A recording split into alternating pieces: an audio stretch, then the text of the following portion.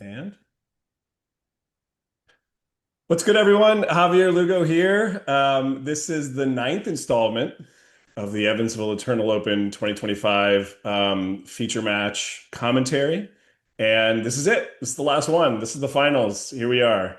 I have enjoyed this last 2 months of videos, but we're going to call it, to a close right now. So with me calling this finals match of Red Green Terraponza versus Enchantress is somebody who knows a lot more about Enchantress than I do. I have Michael Phillips here, the original Road Warrior, or one of the Road Warriors, and somebody who knows his way around an Enchantress table. So, Michael Phillips, how are you today? I'm great. Thanks for having me, buddy. Yeah, I'm stoked to have you. So let's just get right into it. Um, the first deck that we have here is Austin Zachary out of Through the Decades in Louisville. Austin was in our semifinal match on Red Green Terraponza. He's on the same deck here. Um, you, as an Enchantress player, what? How do you feel about this matchup when you see a deck like this across the table? I have a lot of good tools against it. So, it's a matchup that I guess I could say I'm pretty happy with. Game ones are a bit of a struggle because there's so much land destruction and mana denial that you can't really deal with very well. But after sideboard, the matchup gets a whole lot better because you've got really, really strong sideboard cards against it. Like what? First off, Sabo's Web. That's a huge one. There's 16 lands that Terraponza Oath plays um, that gets shut down by a Sabo's Web. I feel like the Oath package isn't very good against us because we only have four Argothian Enchantresses. So, the idea of playing an Oath into a huge Terrafor like right out the gate is usually not going to happen. And then on top of that, you've got Sacred Ground and or Karmic Justice to basically prevent yourself from getting land destruction, um, which is basically half their deck. So you're kind of invulnerable to Oath. You have good tools against the land destruction, and then you can really significantly affect their mana base with Sabo's Web. So after that, there's not a ton that you really have to deal with. Um, and it gets a little bit different after a sideboard game with, Call of the Herds, but from then on, it's pretty much just needing to stop, a single creature, typically a Terrafor or Call of the Herd token or something. Do you, So it's a lot more manageable. do you typically expect the Oath player to side out Oath? Um, I don't necessarily expect it. However, just thinking about what I would do if I were on the Terraponza side, knowing as much as I do against Enchantress, I don't feel like it's a really strong card in the matchup. So it'd be one of the first cards that I would be looking at cutting, because a an Enchantress player doesn't have to play Argothian Enchantress. Like if they get their, for example, if they get their Enchantress's Presence draw instead, then they never put a creature in play. And by the time they start putting Opalescence into play, turning their other enchantments into creatures, by then they're probably either really close to or also putting a Parallax Wave combo into play. At that point, the Oath won't really do much. So it's just not a card that I feel like this is a really strong matchup for with only four creatures in the deck. Man, that's so cool. I love your insight. You mentioned Sabo's Web.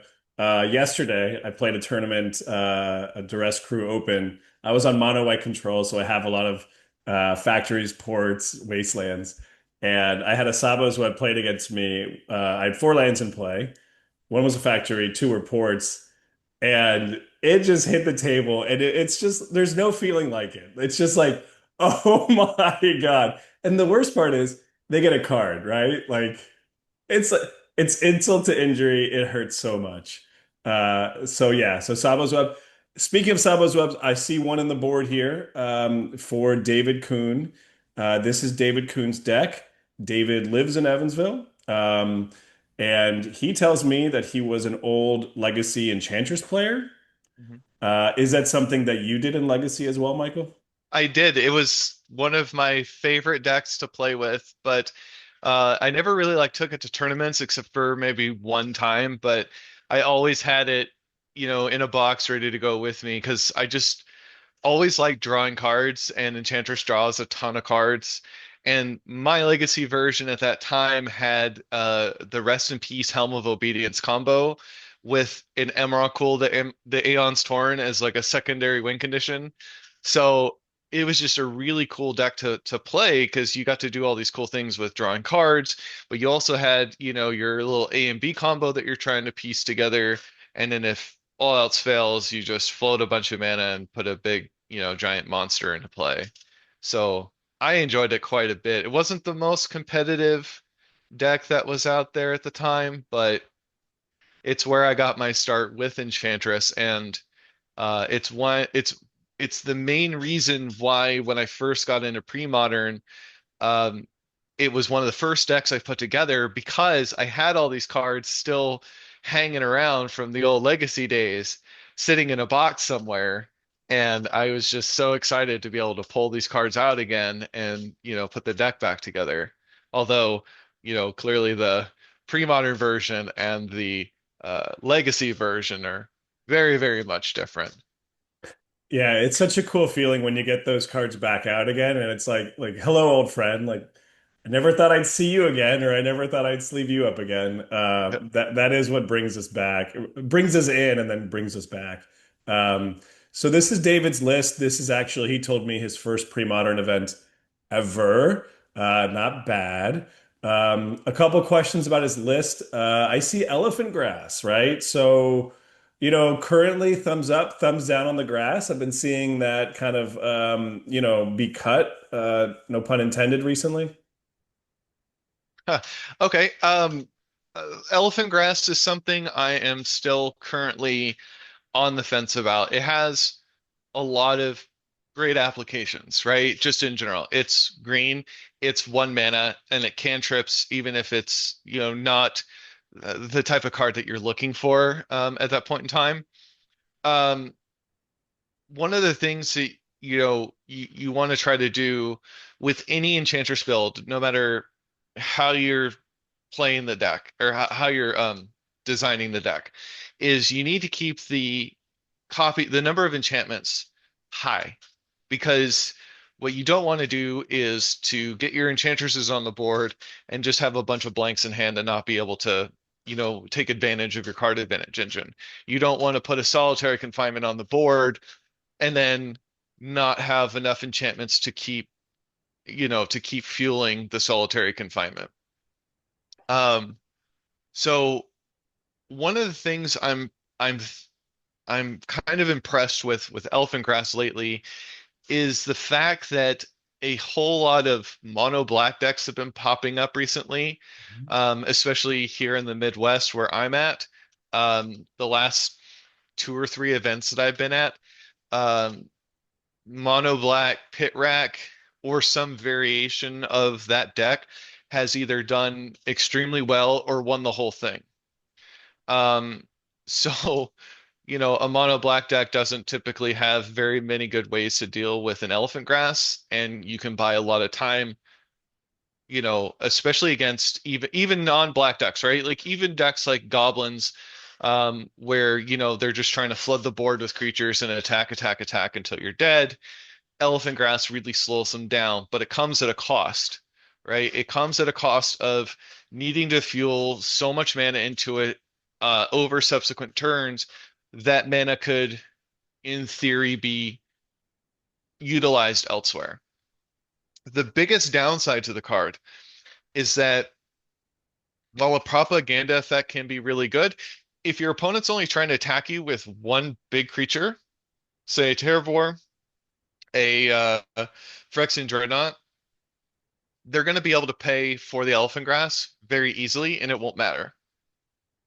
So, uh, if you're facing a lot of go wide strategies, elephant grass is a great inclusion. If you're going against a lot of go tall strategies, then it's a pretty lousy card, and it's essentially just a one mana cantrip at that point. So it's hit or miss on what kind of meta you decide to face. It's not necessarily a bad inclusion, but you could find in some matchups that it's a really lousy card.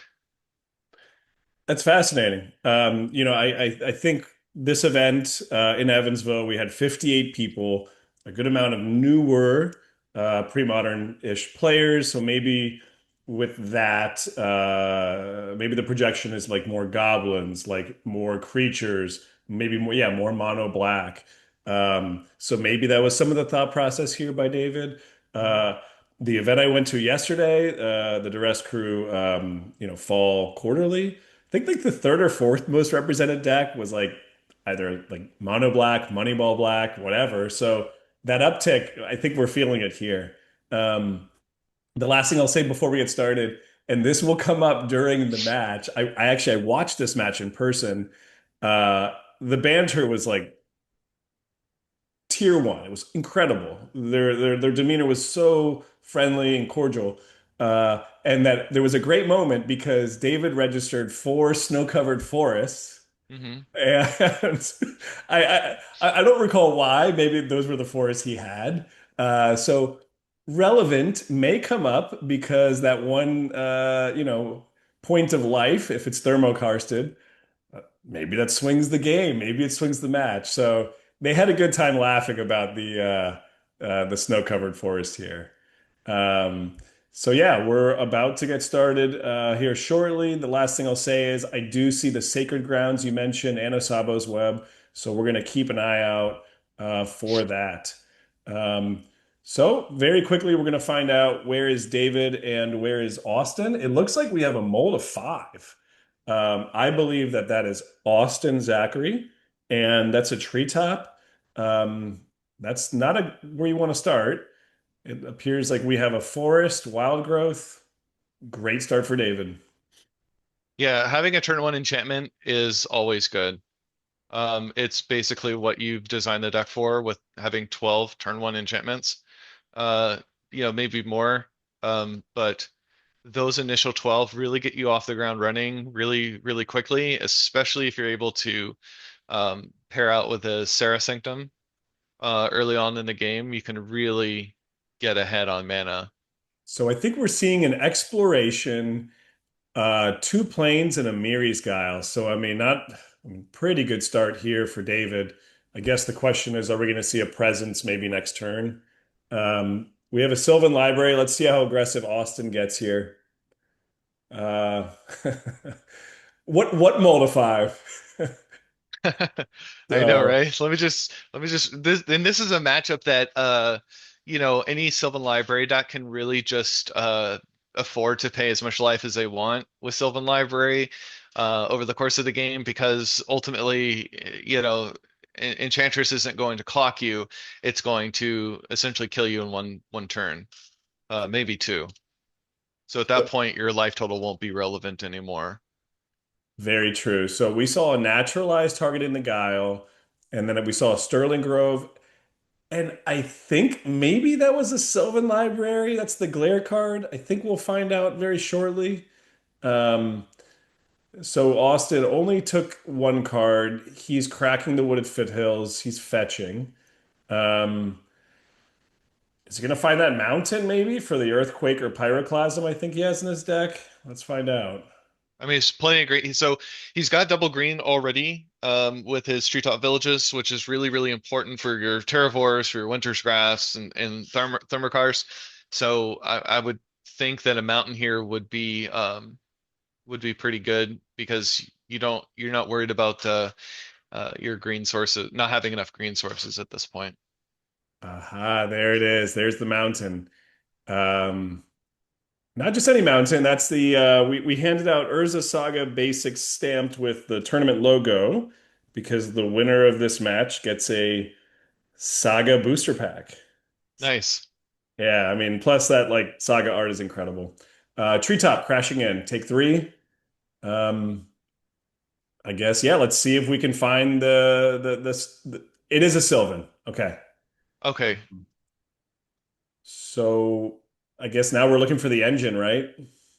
That would be the first thing I'd be looking at, is just trying to find an enchantress of some kind because you've already got your mana developed. Now you just need a way to abuse it, and so you've already got protection with Sterling Grove in play, which is really really nice. There you go, There it is. Argothian Enchantress. Enchantress arrives. We have grass on the table. That cantrips. Um, and that Sterling Grove is there. I'm curious how aggressive he's going to be with protection, or if maybe he's going to go find something. Traditionally, Oath only plays two copies of Naturalize in the main deck, and he's already used one. Not to say that he won't potentially find another one, but um, I tend to leave my Sterling Gross in play for as long as possible until either I am either going to attempt to win the game next turn by cracking it at the end of turn and grabbing something, uh, or if it's I have no other choice. Like I'm going to lose this game if I don't get X, Y, or Z. So I think personally that just leaving it on the board has a lot more um, value most of the time until you're in a situation where, I need to go find something right now. Yeah. Okay. I Like appreciate that. That's great insight because, yeah, I'm not sure how aggressive I'd be. Um, we saw a like wasteland hitting a brushland, a sphere enter play. He's letting the grass go. Maybe that sphere changes the math.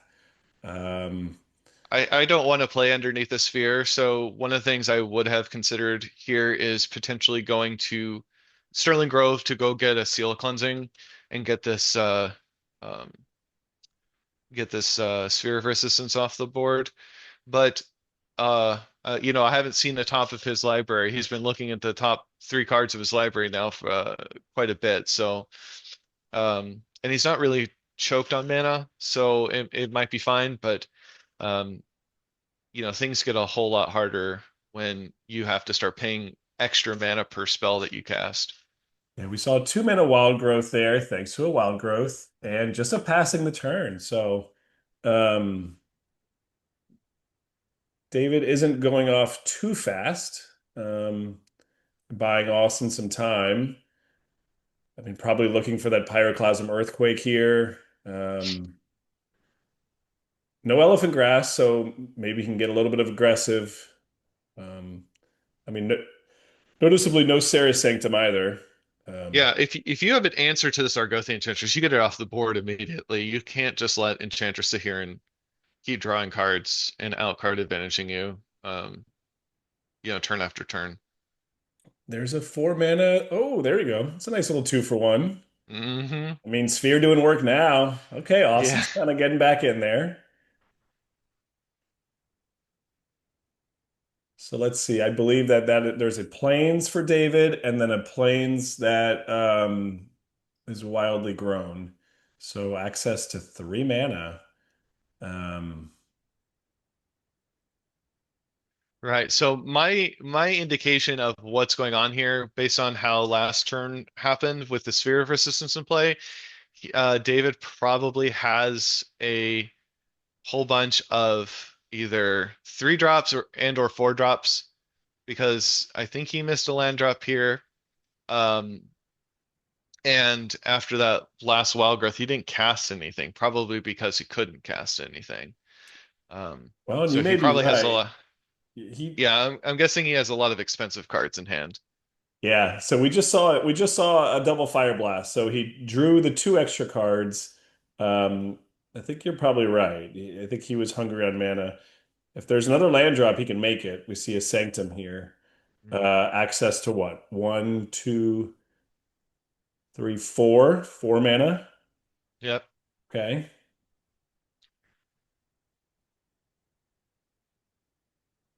There's a two mana Guile. Access to five mana.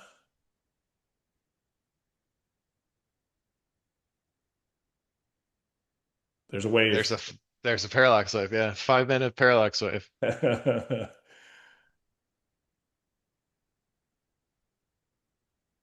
Okay. The parallax wave being a great card even on its own, even without the ability to either seal it or have Opal wave in play, sometimes it can buy you a lot of time, and that sometimes is all Enchantress needs. It just sometimes it just needs time to get its act together. Yeah, you're so right here. I mean, if he's going to spend a turn trying to activate Treetop, then yeah, it's just going to go away. Another sphere. Wow. I'm curious if we've gotten to the point though where, David's just going to go off with mana and maybe this could hurt. I'm thinking so because when the second sphere came down, I've got David has got a Sarah Sanctum on the board with plenty of mana. So this second sphere of resistance isn't going to hurt too badly. Um, if he had lost the Sanctum on the same turn, like via Wasteland or something, that would be really, really huge. But David's going to be able to stay afloat through the sphere of resistance with the Sarah Sanctum. I think so. I think so. Um, I mean, it may just be like I guess I'm just gonna cast my cards and use my mana and hope things work out. Um, yeah, I'm curious at what point, you crack the grove to find opalescence here, right? At what point do you just start to like smell blood and now that you have wave online? Hmm. I wonder if he already has it. Okay. We've got a lot of mana. One, two, three, four, five, six, seven, eight, nine, 10. Did he just tap for 10 total? I believe so. One, two, three, four. Six from the Sanctum, two from the Wild Growth Land is Mm-hmm. eight, and then I think the other two lands. Okay. So what? Eight floating, Hmm. seven floating, three floating. So draw two. So notice how he drew his cards very specifically one at a time. This is also where the power of Sterling Grove comes into play, where you can if you're looking for something in particular, you can, and you've got multiple draw triggers, you draw one card, nope, that's not it. Draw the next card, nope, that's not it. In response to the last draw trigger, you can crack your Sterling Grove, go put what you want on top, and then draw the card immediately off the last draw trigger. So you'll see um, that tactic quite a bit from experienced Enchantress players. You see, I'm so glad I do these commentary videos because yeah, Michael, I would have never done that. Like Yeah, even though I know it's a triggered ability, right? Like I know the whole like like after Mary's Guile, upkeep, maybe you just crack a fetch or whatever. I mm, never thought about stacking your presence triggers like that. yeah, most of the time it's like cast this, draw two, cast this, draw two, or whatever. But when you are hunting down, a specific card, it's a tactic because they're individual triggers. Yeah. Um, so you can respond to each one of them one at a time. Oof. Oh, Pyroclasm. whammy. Yeah, you can't wave them in response. Okay. That's that's some action right there. Are we gonna see tapping of Sanctum on upkeep? Is that what See we're here, seeing here? here's where I might no, well, actually I missed what he tapped mana wise. Well, but yeah, so the factory forest mountain where is pyroclasm. I think upkeep he's trying to port, and maybe David is thinking about a response. Oh yeah, so he I must have just missed it. No, port does not destroy your sanctum. No, no, no, it doesn't. So how much mana does he have outside the sanctum? One, two, three, four. I think he has five, so he needs one more mana to get an opalescence on the board. Okay. Um, Okay. There it is. All right. In response to the port, he's activating sanctum. He's getting opalescence. mhm. Um, Opponent entering scoop phase. Yep, there's the land. Yeah. Show me the snow-covered forest. That's beautiful. I've never seen that version of the card before. Yeah. Yeah, I'm not sure if they at this point have had the conversation of like, wait a second, you're on snow covered. It's really cool. I don't know if that was like Kaldheim. Um, I'm not sure. So game two, we're gonna get right into it. It looks like we're on a clean seven for each. I like. I mean, Austin put up a hell of a fight for being on five. Um, that looks like Forest Guile, Hmm. and yeah, that's a good start, right?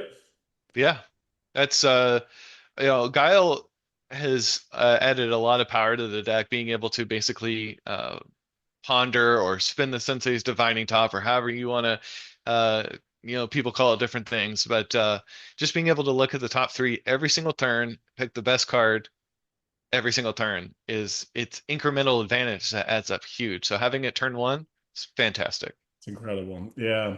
What we didn't see turn one out of Austin was a Mox Diamond Star, right? So we didn't see one of those like disgusting diamond land sphere starts that just, Yeah. blows you out of the game. Um, but Port can help trip him up a little bit.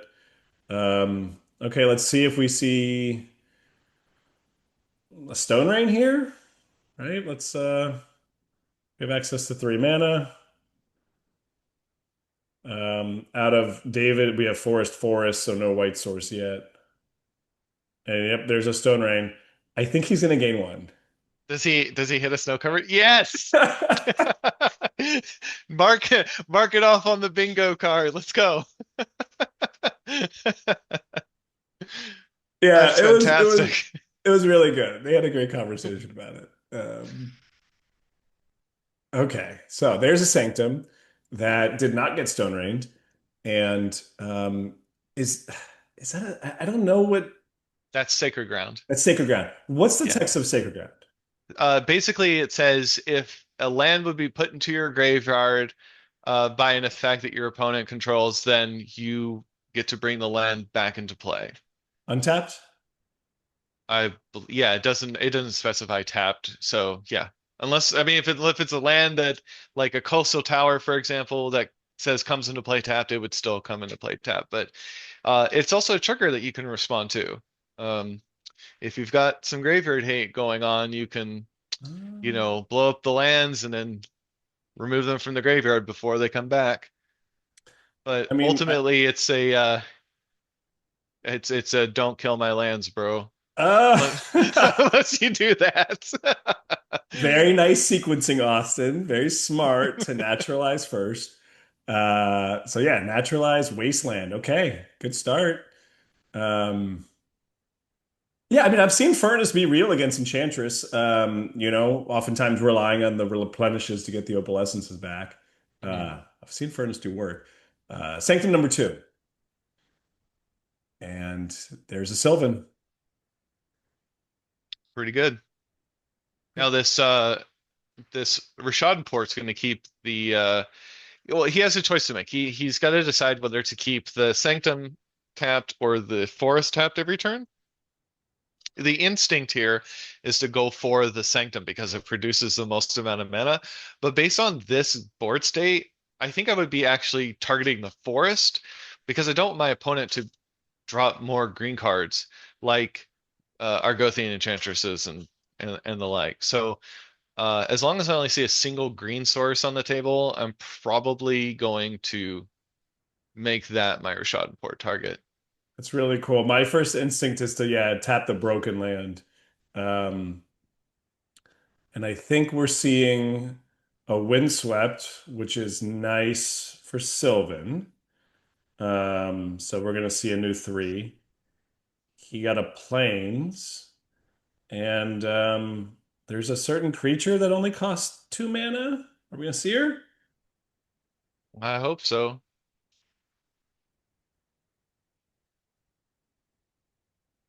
Oh, Wild Golden Growth Growth first. Burst. And no, Sterling Oh, Grove. Okay. All right. So Sanctum will tap for four now. So maybe, yeah, maybe at this point you just got, yeah, you tap the Sanctum. now you got to tap the Sanctum because now you've got green from both the Wild Growth and the Forest, so you're not going to cut them off of that color anymore. So might as well just keep the Sanctum tap from here on out. Yeah. Okay, we see a factory. I mean, probably need to see a clock at some point. Perhaps blowing up the wild grown plains and then porting Sanctum is a fine play. Hmm. Um, there's a sphere. Not bad. Not bad at all. Not bad. Upkeep, tap Sanctum. Okay. I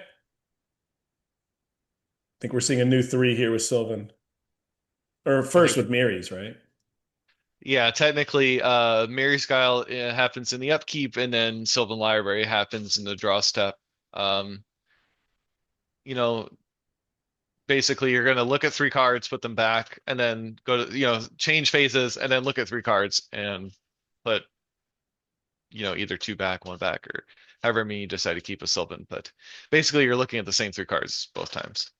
So we see a Fire Blast where he drew an extra card from Sylvan and a 3 mana Sealed Cleansing, which he's not going to use on the sphere just yet. Now, sometimes you can lock the opponent out under their own spheres. Uh, Yeah, but again, it's a card that you don't have to use until you absolutely have to. There might be something more important that comes down yeah, um, in the meantime. So maybe he'll wait for end of turn to do it if he's going to do it. yeah. Okay, here come the elephants. That probably says he sideboarded that oath, maybe. Um, we have upkeep, tap sanctum, and yeah, let's see if that sphere gets cleansed.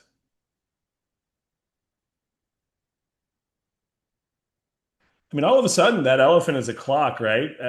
He's at 11, so um, I mean, not just the elephant though. He's got Treetop Village and Factory. So if he decides that he's not going to cast anything for the rest of the game and just start firing up manlands, like he can put the pressure on really really quick. And look, David's already at 7, so it's yeah, not going to take a whole lot of attacks to put this game to end this game.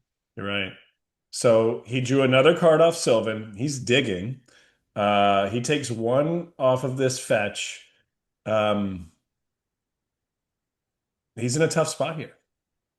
He is. I'm not sure if that's his land for turn that I just saw, but something I really want to be trying to find right now is something like a Parallax Wave, um, which forces the Sanctum, This could or be not the it. Sanctum, but forces the 4 mana Seal. wave.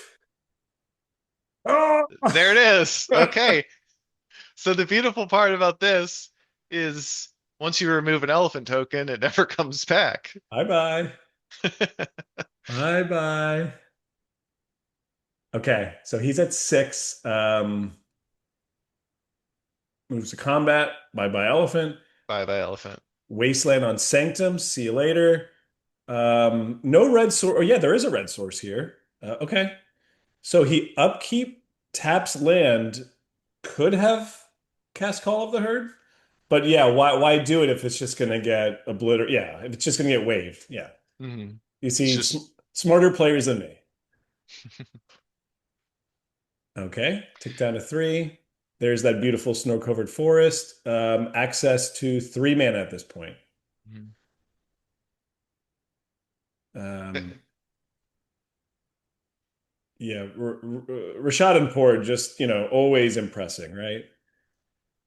Yeah, it's sometimes it's the best card in people's decks, and sometimes it's just not enough. But most of the time against, having a mana denial strategy against a deck that's trying to use its mana every single turn and do broken things with it is very, very effective.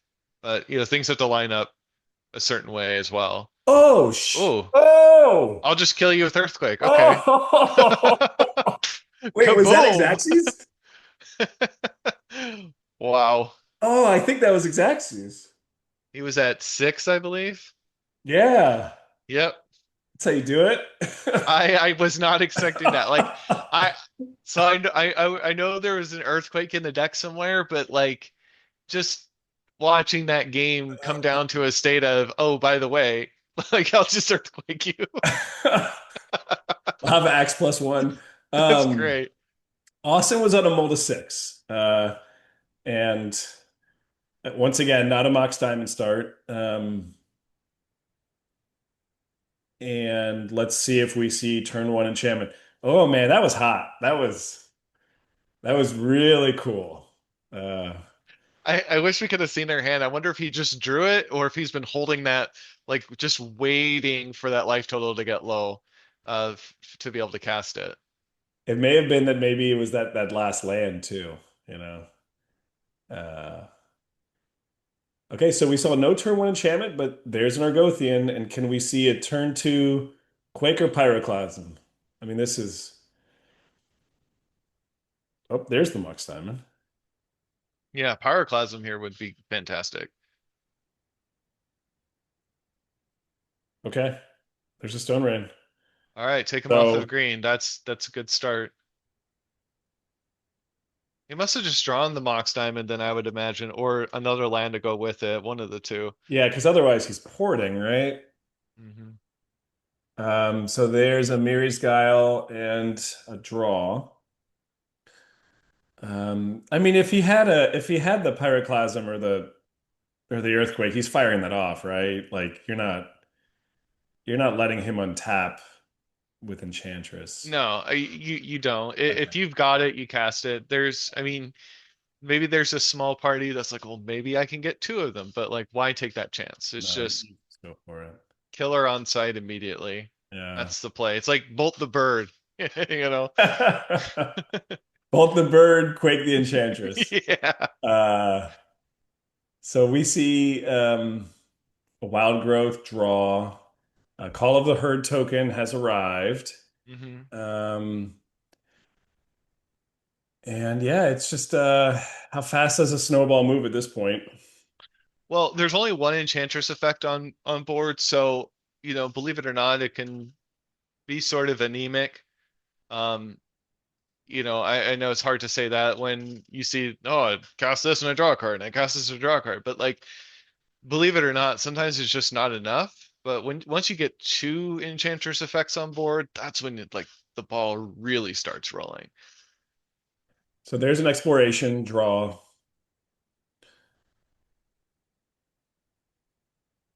and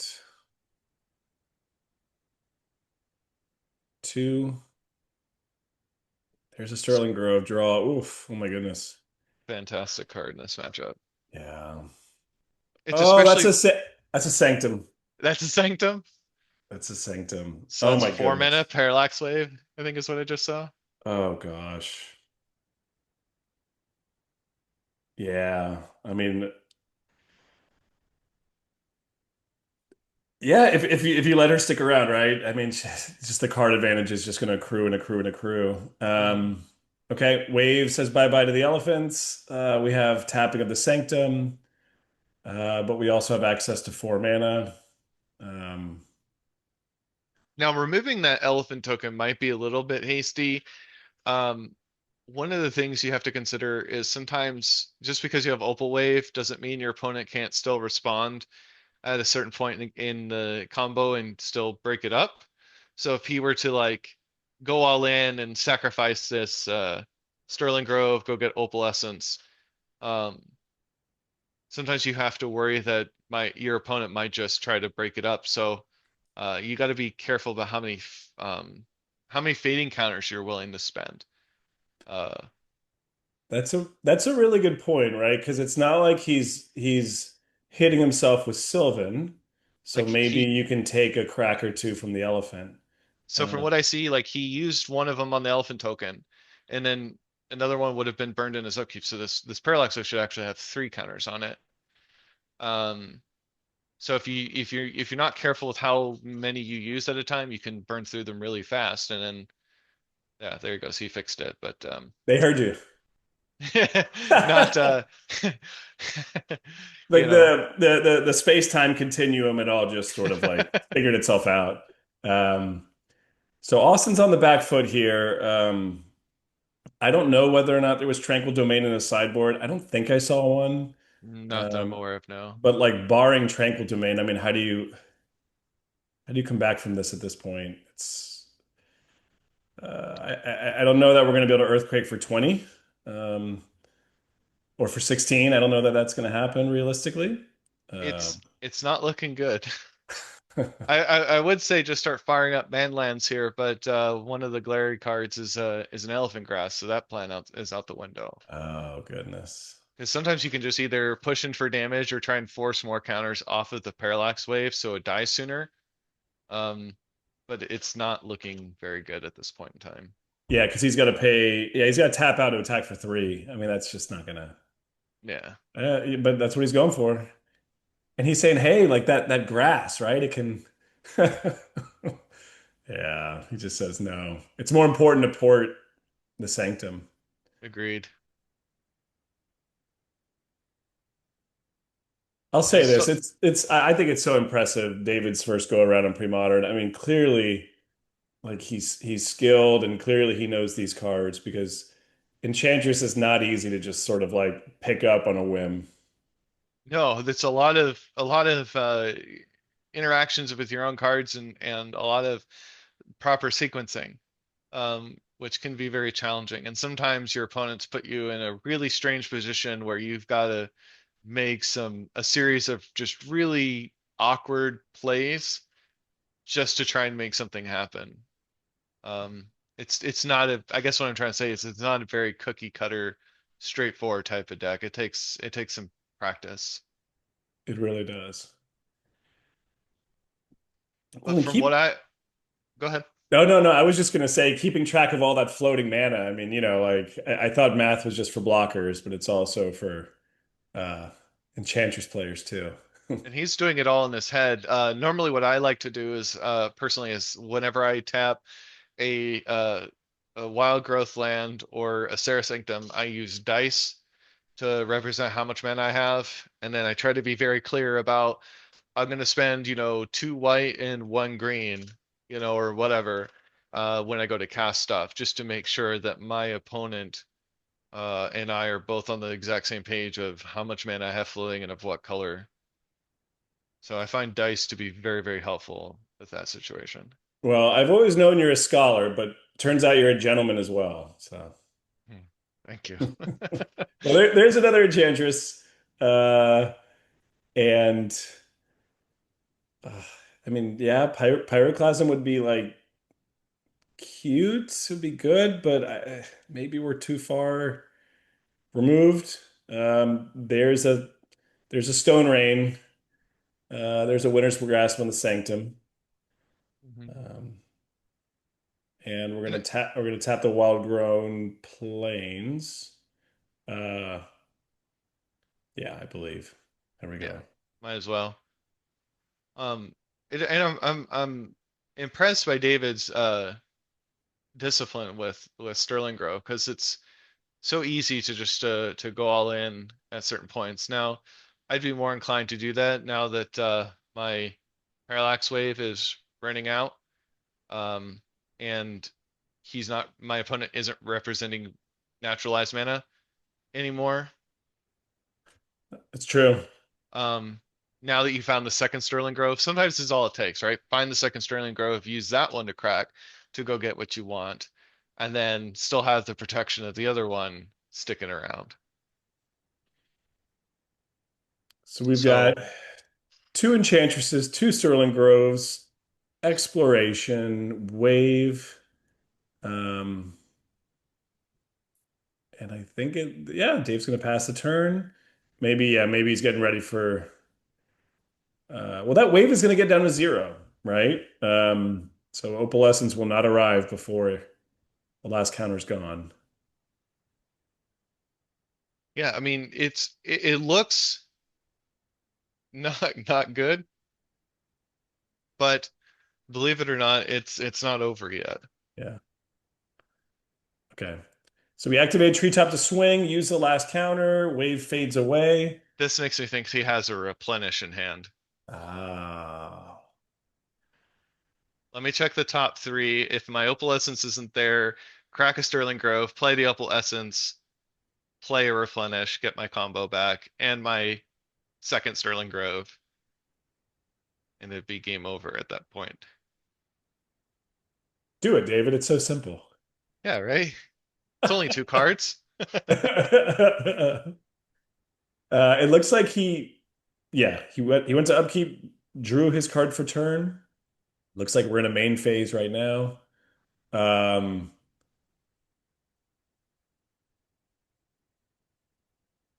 There's the and opalescence.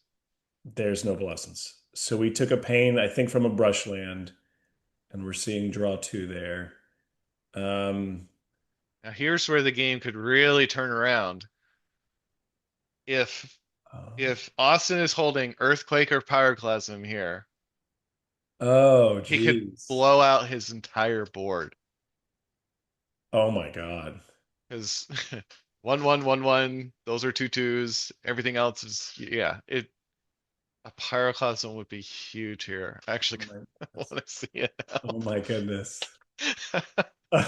And so, sorry, Sterling Grove, you won't protect them. Uh, now. oh God, yeah, what a risk. Right. So like that's kind of the downside to parallax, opal wave combo is sometimes like, there's still counterplay. If your opponent has sometimes your opponent can still have counterplay against it. Oh, there's a Okay, parallax wave though. there's a wave. Okay. And I was gonna say, right, you got to be afraid of cracking in a factory, but there's a wave. So Opal Wave is live. Um, there's a seal. Okay. All right. So yeah, so we're pyroclasmed and earthquake proof at this point, I believe. For the most part. So with double Sterling Grove on board, you can't save any of your own enchantments with Parallax Wave until one of them leaves the battlefield. So Um, David needs to keep at least one mana open in case something like that happens. And then in response to a Pyroclasm, he can sack a Sterling Grove, and then once that's gone, he can target five enchantments, however many counters he has. Oh, there's the game. Oh my gosh. I think that's incredible you said that because I would have tried to wave my own creatures to save them, but yeah, Sterling Grove protected it. Um, Yeah, that's game. you That's can get the game. first one, but not the second one. Correct. So you got to get one off the battlefield before you can do it. Yeah, yeah, that makes sense. Well, David Koon on Enchantress, he won a really, really cool final match there. And look, pack of Saga for David, pack of versus Legacy for Austin. Um, or no, I'm sorry. It went Saga and Legacy for first, Stronghold and Portal for second, and there you see their prize tokens as well. Nice. So those two guys were phenomenal. Like I said, I watched this final match and I loved the back and forth. Super friendly, but like high level play. It never felt like tense, but they each still wanted to win. And so I felt like being there. I felt like it was pre-modern at its finest and kind of what we're trying to do. Um, and no, I don't know if there was a Mox Diamond or a Cradle in any of those packs. He's like, you could read my mind. I was gonna ask if anybody cracked open these packs or not. I think I said that I highly encouraged it, but by no means would I like forcibly pressure them to. The coolest open I saw was Gabe Menendez opened a pack of Destiny and hit a negator. Uh, Nice. and so how many times do you just see like a negator like pulled out in the wild, right? Right. Well, what would you do? Would you crack these packs or would you save them? If I won, right? So if I won this event and I had a pack of Saga, I would have gotten everyone in the store together and I would have opened the pack, shuffled them, put them into 15 single card piles or just separated all 15 cards and had everybody one by one like pick a card and like a slow reveal, Hmm. right? A slow reveal and I don't know, to build up the pressure, build up the hype, and then yeah, probably not hit a cradle, but like it's okay. I like that. Rather than just cracking it open and going right to the back and be like, oh, look, that's fun.